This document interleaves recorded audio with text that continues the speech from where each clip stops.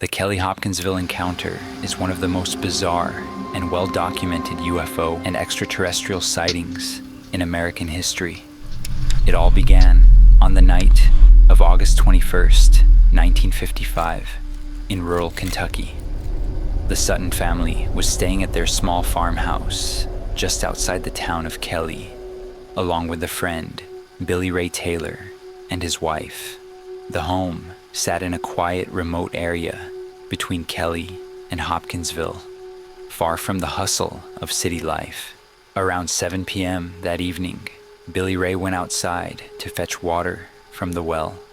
As he looked up into the sky, he saw something strange, an object glowing brightly, streaking through the sky and descending behind the trees near the house.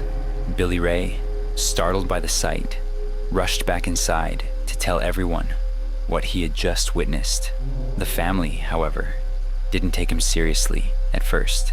They figured he might have seen a shooting star or was just trying to pull their leg. A little while later, unsettling noises started coming from outside the house. The dogs began barking frantically, and soon the family heard strange scratching sounds. It felt like something was moving around the property, lurking just beyond the tree line. And then, not long after, they saw something truly terrifying.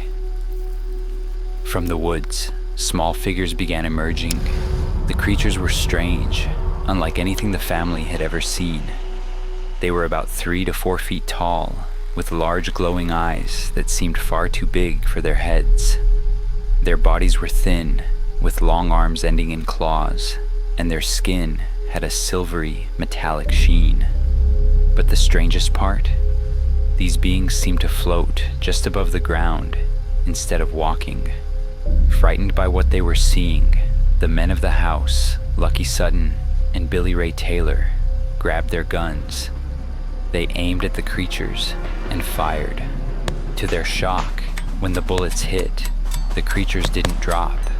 They simply flipped backward, seemingly unharmed, and retreated into the shadows.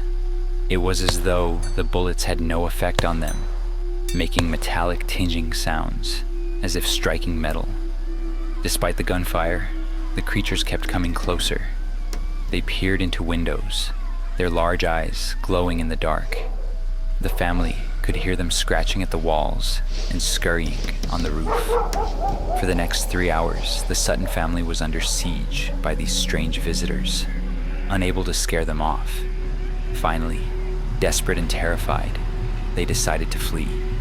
They piled into their cars and sped to the Hopkinsville police station, reporting what had happened. The police, along with state troopers and military personnel from nearby Fort Campbell, responded to the call. They arrived at the farmhouse to investigate, finding the property in disarray. There were signs of gunfire, bullet holes in the walls and windows, but no trace of the creatures.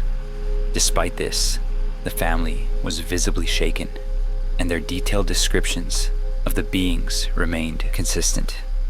A total of 11 people had witnessed the strange events that night. The authorities, though perplexed, could not find any solid evidence of the creature's existence. The story spread quickly, and soon the Sutton family became the subject of widespread attention. Many speculated about what the creatures could have been, with theories ranging from extraterrestrials to owls. Some skeptics suggested that the family might have mistaken large, glowing-eyed great horned owls for something more sinister. Others believed it was a case of mass hysteria, or even a prank. But the Sutton family stood by their story, insisting that what they saw that night was no owl or figment of their imagination. For them, the creatures were real, and their home had been the scene of a genuine encounter with something otherworldly. Over the years, the Kelly-Hopkinsville encounter has become a cornerstone of UFO lore. The town of Kelly even celebrates the event with an annual festival called the Kelly Little Green Men Days, a nod to the creatures described by the family. Whether it was an encounter with beings from another world or a bizarre misunderstanding, the events of that August night in 1955 remain one of the most eerie and mysterious stories in paranormal history.